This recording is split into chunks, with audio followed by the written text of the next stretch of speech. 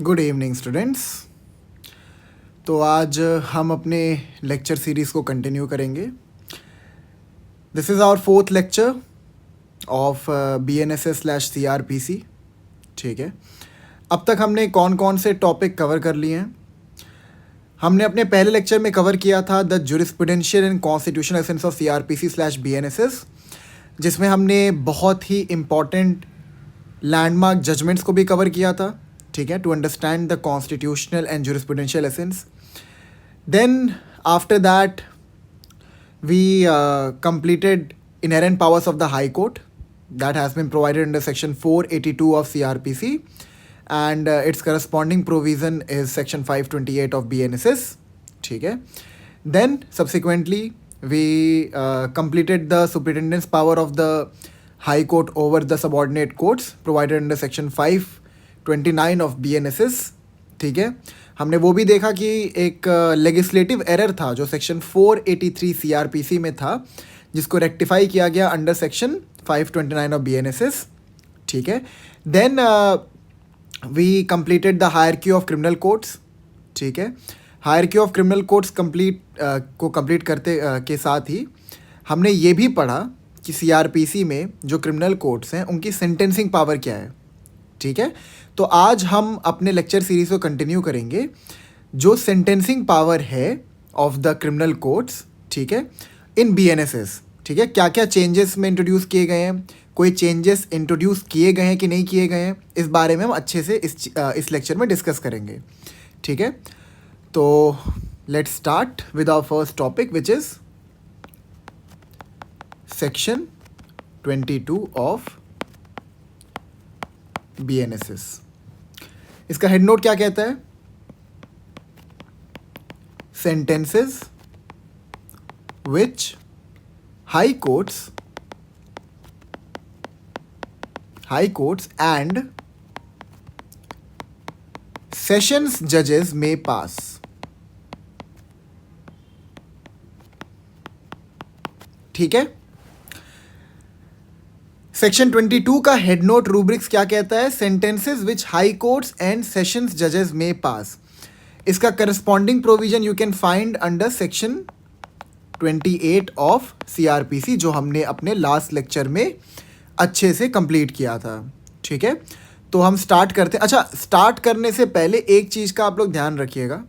जैसे मैं in short BNSS या फिर CRPC लिख देता हूँ.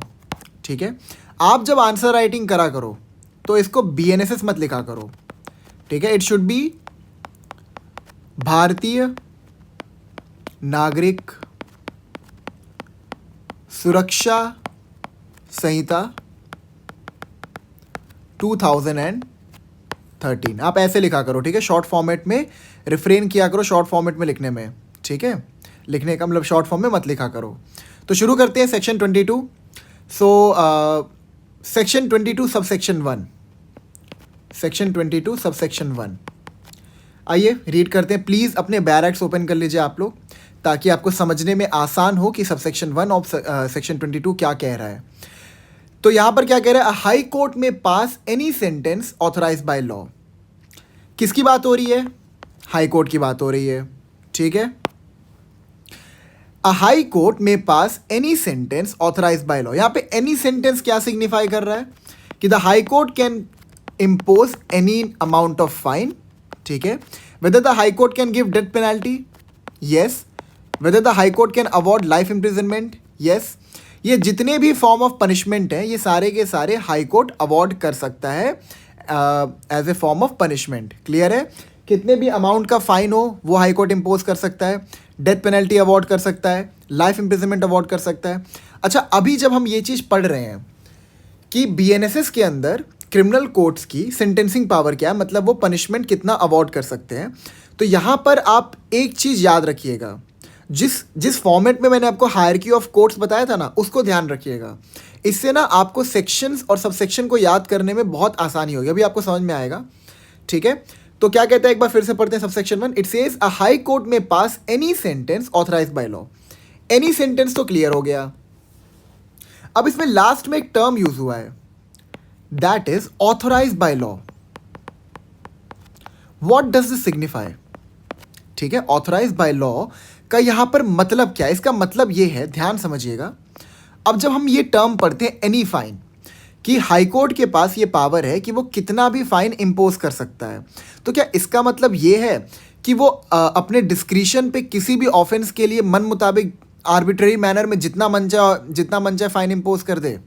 मतलब सपोज अगर मान लीजिए थेफ्ट के लिए, हाइपोथेटिकली स्पीकिंग, थेफ्ट के लिए आईपीसी के द्वारा इट इज प्रिस्क्राइब्ड कि the maximum amount of fine that can be imposed is 5,000 rupees.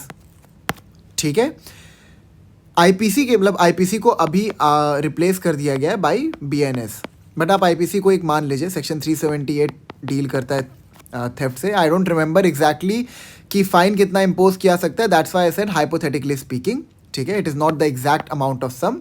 समझाने के लिए आपको एक एग्जांपल दे रहा हूँ कि सपोज अगर थेफ्ट के लिए 5,000 रुपीज़ का फाइन कोर्ट को ऑथराइज किया गया कि दे कैन इम्पोज। क्लियर है आपको? इस ऑफेंस के लिए, थेफ्ट के ऑफेंस के लिए मैक्सिमम फाइन कितना लग सकता है? 5,000 रुपीज़।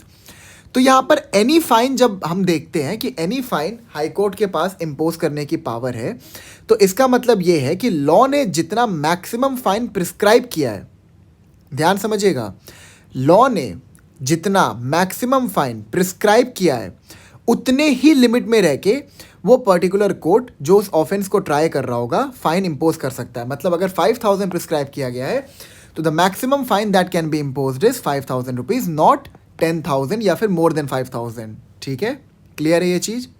आगे बढ़ते हैं। हाई कोर्ट क्लियर हो गया। अब आपको हायरकी में याद होगा हाई कोर्ट के बाद कौन आता है? सेशंस जज, जिनके पैरेलली किसके पास पावर बराबर होती है? एडिशनल सेशंस जज के पास। तो सेक्शन 22 सबसेक्शन 2 किस जज की सेंटेंसिंग पावर से डील करेगा? सेशन जज एंड एडिशनल सेशन जज। ठीक है, तो पढ़ते हैं subsection 2 of section 22। It says a session जज और एडिशनल सेशन जज may pass any sentence authorized by law, but any sentence of death passed by any such judge shall be subject to confirmation by the high court। ठीक है, ध्यान से समझिएगा, same ही है। इसमें क्या है? सेशन जज जो है एनी फाइन, कितने भी अमाउंट का फाइन इम्पोज कर सकता है if it has been authorised by law. Then whether the session judge can award life imprisonment, yes, whether they can award death penalty, yes। ठीक है, क्लियर है आपको? ऑलमोस्ट सेम है मतलब पावर के मामले में, बट यहाँ पर एक चीज आ जाती है जो दिखाती है कि द सेशंस जज are subordinate to the high court.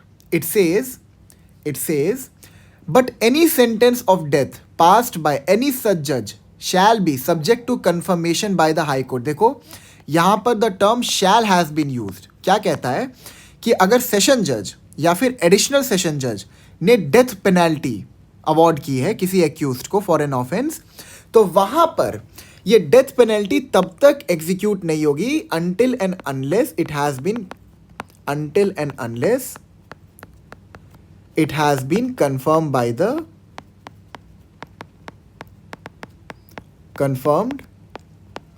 by the high court। तो इसको आप ध्यान रखिएगा, ठीक है, कि जब भी सेशन जज या फिर एडिशनल सेशन जज डेथ पेनल्टी अवॉर्ड करते हैं तो वो डायरेक्टली एग्जीक्यूट नहीं होता है जब तक कि हाई कोर्ट उसको कंफर्म ना कर दे। क्लियर आपको ये चीज़? Again same authorise by law वाला सीन है इसमें भी, कि जो भी फाइन इम्पोज कर सकता है सेशन जज या फिर एडिशनल सेशन जज, वो फाइन के लॉ के द्वारा प्रिस्क्राइब्ड होना चाहिए। क्लियर है यहाँ तक? अब आगे बढ़ते हैं।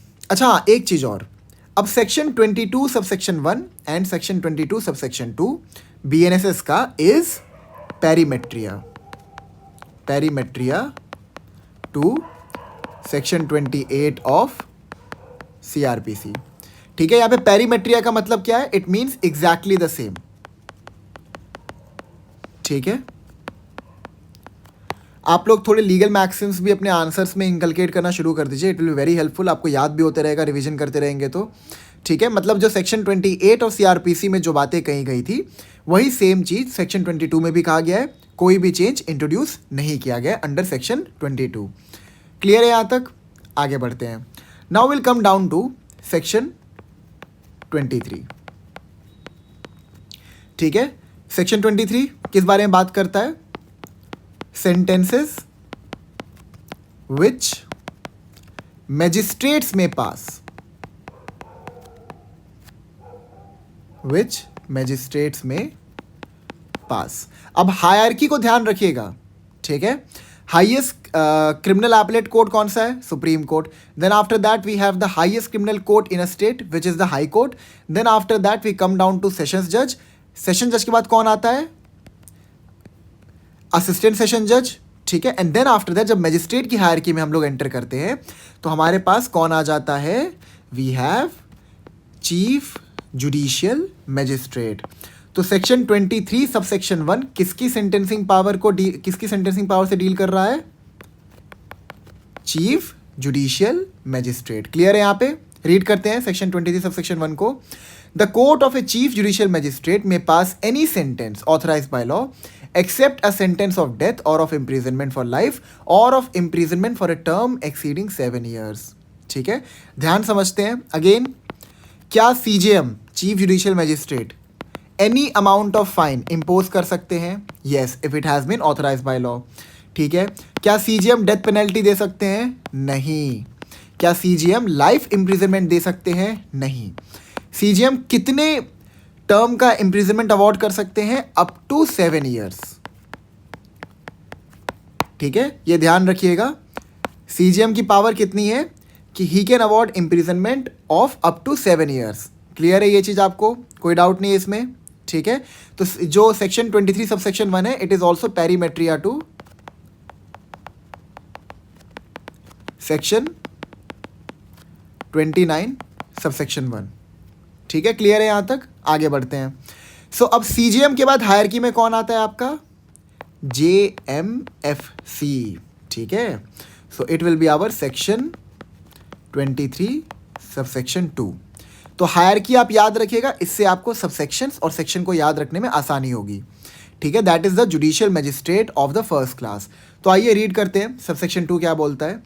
ये बोलता है the court of a magistrate of the first class may pass a sentence of imprisonment for a term not exceeding 3 years. कितने टर्म की imprisonment अवॉर्ड कर सकता है judicial magistrate of the first class? Up to 3 years. ये भी same है, कोई भी चेंज नहीं आया. पहले भी 3 साल था, अभी भी 3 साल है. आगे क्या कहता है? और of fine not exceeding 50,000 rupees. Okay, अब देखिए यहाँ पर आप एक चेंज ऑब्जर्व कर सकते हैं, विच इज पहले judicial magistrate of the first class के पास जो मैक्सिमम फाइन इम्पोज करने की पावर थी, दैट वाज 10,000 रुपीज़. अब इसको बढ़ा के कितना कर दिया गया है? 50,000 रुपीज़. यहाँ पर ये मैंने बढ़ाने वाला साइन लगाया. इट्स नॉट लाइक कि 10,000 रुपीज़ मोर देन 50,000 रुपीज़. रहने तो मैं हटा ही दे रहा हूँ. ठीक है. सो अब इसको इंक्रीज करके कर दिया गया है 50,000 रुपीज़. मतलब कि Judicial Magistrate of the first class is now authorized to impose a maximum fine of 50,000 rupees. ठीक है, if it has been authorized by law. Clear है यहाँ पे? आगे बढ़ते हैं. देन हायरकी में कौन आ जाता है? Judicial Magistrate of the second class. सो ये कौन सेक्शन में कवर हो जाएगा? Section 23 subsection 3. क्लियर है ये चीज़? आगे बढ़ते हैं. अब देखते हैं इसमें क्या लिखा है. इसमें लिखा है the court of a magistrate of the second class may pass a sentence of imprisonment for a term not exceeding 1 year और a fine not exceeding 10,000 rupees. Maximum imprisonment कितना दे सकता है सेकेंड क्लास का मैजिस्ट्रेट? Up to 1 years. लेकिन अगर आपको याद हो सेक्शन 29 सब सेक्शन 3, तो वहाँ पर सेकेंड क्लास के मैजिस्ट्रेट के पास कितना फाइन इम्पोज करने की पावर थी? Maximum 5,000 rupees. अब इसको बढ़ा के कितना कर दिया गया है? इसको बढ़ा के कर दिया गया है 10,000 रुपीज़. ठीक है. तो हमने क्या देखा कि सेक्शन 22 और 23 में जो एक वाइटल चेंज इंट्रोड्यूस किया गया है वो judicial magistrate of the first class and judicial magistrate of second class की फाइन इम्पोज करने की पावर में देखा गया है. ठीक है. फर्स्ट क्लास पहले 10,000 रुपीज़ इम्पोज कर सकता था. Now he can impose a maximum of 50,000 rupees. Second class का मैजिस्ट्रेट जो कि पहले 5,000 रुपीज़ इम्पोज कर सकता था, now he can impose a fine of maximum of 10,000 rupees. Clear है यहाँ तक? ठीक है. अब इसमें एक चीज़ पे आपको ध्यान देना है. ठीक है. अगर आप सबसेक्शन 2 और सबसेक्शन 3 के लास्ट वर्ड्स को देखते हैं तो वहाँ पे क्या बोला है? और ऑफ कम्युनिटी सर्विस। ठीक है, इसका मतलब क्या है कि द कोर्ट ऑफ जो फर्स्ट क्लास मैजिस्ट्रेट है and the second class magistrate, if they were of the opinion, वो चाहे तो फाइन भी इम्पोज ना करे, इम्प्रिजनमेंट भी इम्पोज ना करे, वो डायरेक्ट कम्युनिटी सर्विस का एक तरीके का पनिशमेंट दे दें। ठीक है, now community service is a form of punishment. अभी समझेंगे इसको अच्छे से, पहले एक बार एक्सप्लेनेशन पार्ट को पढ़ते हैं। ठीक है, तो एक बार सेक्शन 23 का जो एक्सप्लेनेशन पार्ट है उस पर ध्यान दीजिएगा। ये कहता है community service shell mean the work which the court में order a convict to perform as a form of punishment that benefits the community, for which he shall not be entitled to any remuneration। ठीक है, explanation part यहाँ पे समझाया है कि community service का definition क्या है। ठीक है, मतलब ये कोई भी ऐसा काम है जो कोर्ट कह सकता है कन्विक्ट को करने के लिए। एक्यूज की बात नहीं हो रही है, ट्रायल हुआ and the person was found guilty. ठीक है, तो कन्विक्ट को कोर्ट कह सकती है कोई भी ऐसा टास्क परफॉर्म करने के लिए जिससे द कम्युनिटी बेनिफिट्स। ठीक है, अब जो ये बेनिफिशियल वर्क कन्विक्ट करेगा जिसके लिए कोर्ट ने उसको ऑर्डर किया है, क्या उसके लिए उसको कुछ पैसे मिलेंगे? दैट मीन कि लाइक क्या उसके लिए उसको कुछ रेम्यूनरेशन मिलेगा? तो आंसर इज नो। देखो आगे लिखा है फॉर विच ही शैल, देखो शैल का यूज हुआ है, which means it is mandatory, मतलब he will never be paid for any community service that he will provide. ठीक है, for which he shall not be entitled to any remuneration. Clear हो गया आपको? यहां तक क्लियर हो गया? क्या क्या चेंजेस इंट्रोड्यूस किए गए ये क्लियर हो गया। अब यहां पर जो एक सवाल खड़ा होता है वो ये होता है कि ये जो कम्युनिटी सर्विस का जो पनिशमेंट है ये कहां से आया? ठीक है, या आखिर निकल के कहां से आया? तो for that you have to refer to section 4 of BNS, not BNSS, it's BNS, जिसने रिप्लेस किया है किसको? IPC को। ठीक है, BNS क्या है? भारतीय न्याय संहिता 2023। तो आप फुल फॉर्म में लिखिएगा, शॉर्ट फॉर्म से मत लिखिएगा।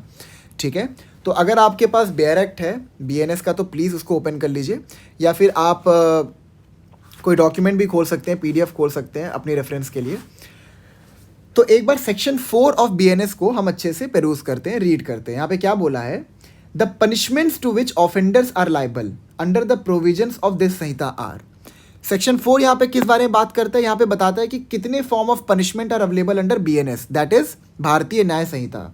The first one is death, that is the death penalty. ठीक है, so for certain offences death penalty can be awarded. ठीक है, सेकेंड क्या है form of punishment? Imprisonment for life, मतलब कि लाइफ इम्प्रिजनमेंट। ठीक है, जो कोर्ट है they are enabled as per section 4 to give a punishment of life imprisonment if it has been authorised by law. Clear है? See क्या कहता है? सेक्शन 4 सी क्या कहता है? इट सेज कि imprisonment can be of 2 types. The first one is rigorous, ठीक है, and the second one is simple. अब जो रिगरस इम्प्रिजनमेंट होता है वहां पर जो कन्विक्ट होता है उससे करवाई जाती है हैवी मेहनत, मतलब बहुत मेहनत करवाई जाती है। ठीक है, उससे पत्थर तोड़वाना और भी लाइक बहुत सारे काम निकलवाना। ठीक है, तो ये डिस्क्रिशन पे होता है मैजिस्ट्रेट के कि weather he is of the opinion कि वो रिगरस इम्प्रिजनमेंट अवॉर्ड करना चाहता है या फिर सिंपल इम्प्रिजनमेंट। क्लियर है? तो हमने पहला क्या पढ़ा? Death penalty. The second one is life imprisonment, then imprisonment. Then the next form of punishment is forfeiture of property. Forfeiture of property. So अगर मैजिस्ट्रेट चाहें, अगर जज चाहें तो they can forfeit the property of the convict. ठीक है, if the accused is found guilty तो जो उसकी प्रॉपर्टी है उसको जब्त किया जा सकता है। This is what D is saying. ठीक है, the next one is fine. ठीक है, मतलब कि अगर लॉ के द्वारा ऑथराइज किया गया है for a certain offence fine impose करने की पावर, तो that the magistrate can exercise, they can impose any amount of fine if it has been authorised by law. ठीक है, या फिर अगर वो फाइन जो है वो उनके कॉम्पिटेंसी में आता है, जैसे कि जो आपके फर्स्ट क्लास के मैजिस्ट्रेट हैं ही can award a fine of maximum of 50,000 rupees. Second class के मैजिस्ट्रेट अवॉर्ड कर सकते हैं 10,000 रुपीज़ का। ठीक है, तो उनके कॉम्पिटेंसी में होना चाहिए। क्लियर है?